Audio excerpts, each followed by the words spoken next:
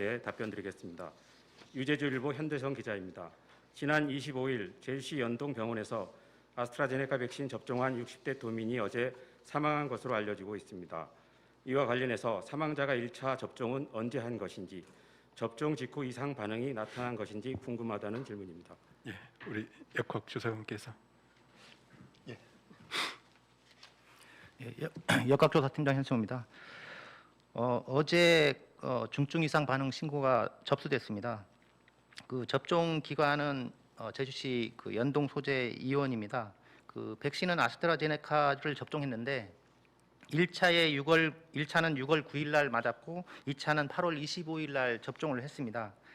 그래서 그 8월 26일 날에 그 119 상황실에서 제주보건소로 사망 신고가 접수돼 가지고 현재 제주 보건소에서 기초조사 역학조사 중에 있습니다. 제주 MBC 김항섭 기자입니다. 이번 주말부터 ICC 제주에서 1000명이 참가하는 국제학술 대회가 열리는데 이에 대한 방역 대책이 있는지 궁금하다는 질문입니다. 예, 그 ICC에서는 뭐 방역 대책 매뉴얼은 뭐 늘 반복적으로 행사를 하는 곳이니까 우리 방역 당국과 이 행사 이전에도 여러 행사들을 방역 대책 매뉴얼대로 이렇게 진행됐었습니다. 이번 행사 역시 그 매뉴얼의 그 기준 하에 철저히 진행될 것으로 저희들은 판단하고 있습니다. 네. JBS 김동은 기자입니다. 지난 18일 시행된 거리두기 4단계 시행 이후 현재까지 확산세에 대한 평가와 향후 2주 추가 연장에 대한 확산세 전망은 어떻게 판단하고 계시는지 궁금하다는 질문입니다. 예, 그 수도권이 지금 거리두기 4단계로 격상된 지가 기억이 안 날 정도로 오래 지금 진행되고 있고, 그 외에 비수도권도 4단계로 격상하는 시도들이 조금씩 늘어나고 있습니다. 우리 도도 역시 4단계로 격상을 했습니다. 이게 이제 가장 큰 요인은 왜 줄어들지 않는가에 대한 가장 큰 요인은 역시 델타 바이러스의 감염력입니다. 그리고 7월, 8월, 9월 이 3개월 동안 이게 이제 전에도 말씀드렸지만 이동량에 정비례해서 확진자가 늘 많이 나타나고 있습니다.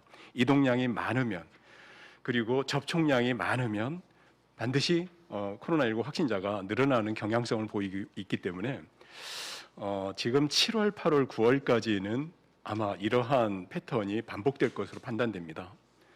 그런데다가 제주도는 비수도권 어느 지역에 비교해서 한 사람이 이동하는 이동량, 한 사람이 접촉하는 접촉량이 아마 3배 이상 많을 것으로 저희들은 판단하고 있습니다. 한 달에 100만 명 넘는 분들이 늘 제주도에 와서 가만히 있는 제주도민과 비교해 봤을 때 어쨌거나 이동량이나 접촉량은 3배 이상 많을 수밖에 없습니다. 그래서 지금 이 상황 자체는 아마 당분간 지속될 것으로 판단이 되고, 단 최근에 4단계로 격상해서 지난주에 말씀드린 적이 있습니다마는 7일에서 10일 전후에 집단 감염 발생이 조금 이렇게 좀 줄어들 것으로 판단을 저희들은 이제 했었고, 그래서 이번 주에 이제 금토일 정도의 상황을 보고 말씀을 드리겠다고 했는데, 지금은 그 숫자도 물론 중요합니다. 발생자가 몇 명이 발생하느냐 이것도 중요하지만 그 발생되는 역학조사 과정에서의 발생 내용을 분석해서 앞으로 확장성이 있는가 없는가를 분석하는 게 중요한데, 최근에는 지난주에 확진자가 발생됐을 때의 그 발생 경향과 조금 그래도 조금 이렇게 뭐랄까 아주 그 많이 확장되는 그 과정에서 좀 완화되는, 그러면서도 4단계의 거리두기 효과가 그래도 조금씩 나타나는 경향성을 보이고 있다라고 나름대로는 분석하고 있습니다. 물론 타 시도와 비교했을 때도 그렇고요. 그래서 이번 이제 사회적 거리두기 4단계를 연장하는 2주 안에, 그러니까 추석을 앞두고 도민 여러분들께서 지금 잘 이렇게 해주시고 계십니다. 다시 한 번만 당부의 말씀을 드리면 40명, 50명 발생될 때 빨리 그 격리시키고 빨리 연락드려서 검사를 받게 하고 그 다음에 그거를 하루 이틀 앞당김으로 해서 확진자 수가 줄어드는데 거기에 중요한 역할을 하는 게 제주 안심코드입니다. 하루 이틀 사이에 대형 마트 방문자 12,300명에게 이렇게 즉시 검사와 격리를 알릴 수 있었던 건 도민 여러분께서 안심코드를 잘 찍어주셨기 때문에 그 시간을 많이 줄일 수 있었습니다.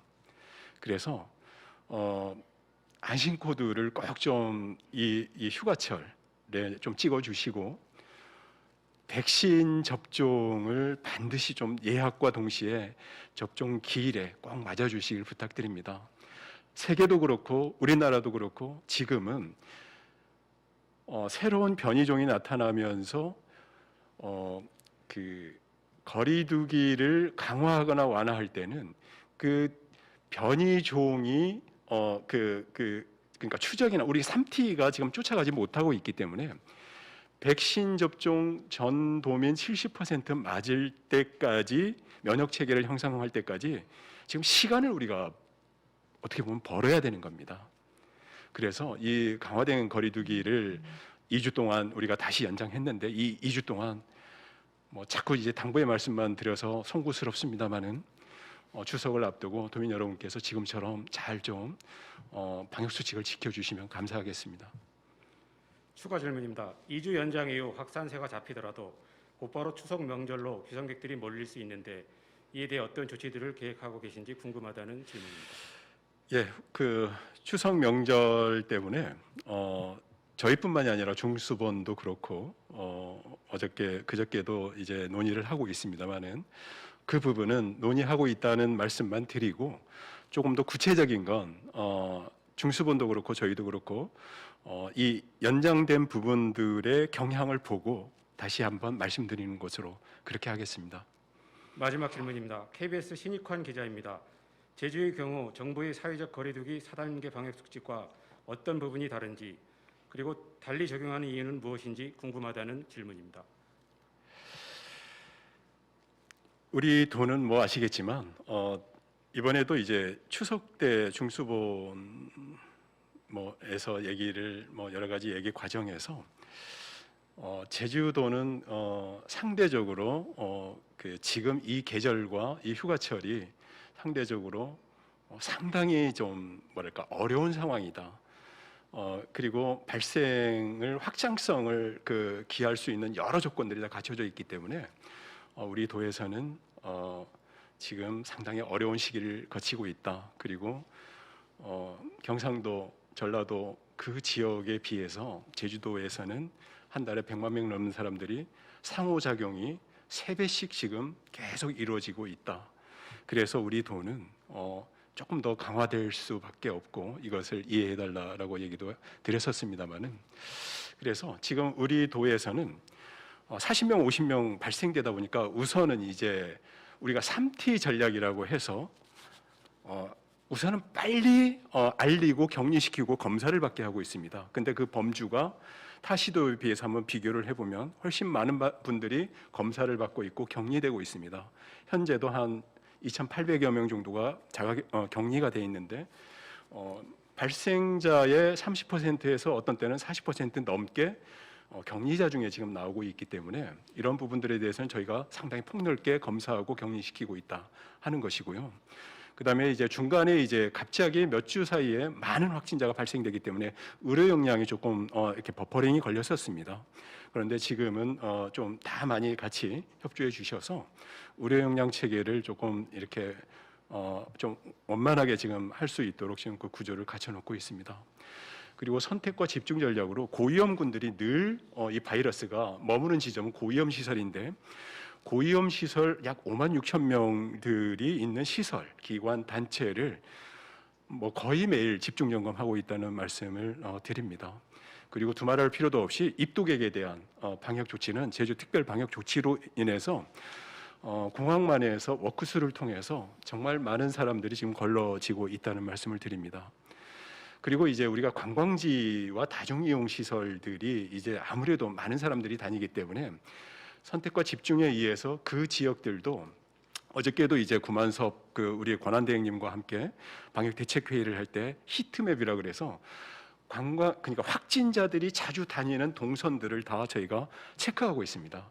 그래서 그 동선 중심으로 앞으로 선택과 집중 방역 전략을 강화할 계획이기 때문에 그걸 빅데이터를 분석해서 하는 겁니다. 그래서 나름대로 내부적으로는 방역 대책 마련을 제주형 방역 대책 마련을 위해서 여러 부서가 함께 협업하면서 노력하고 있다는 말씀을 드립니다.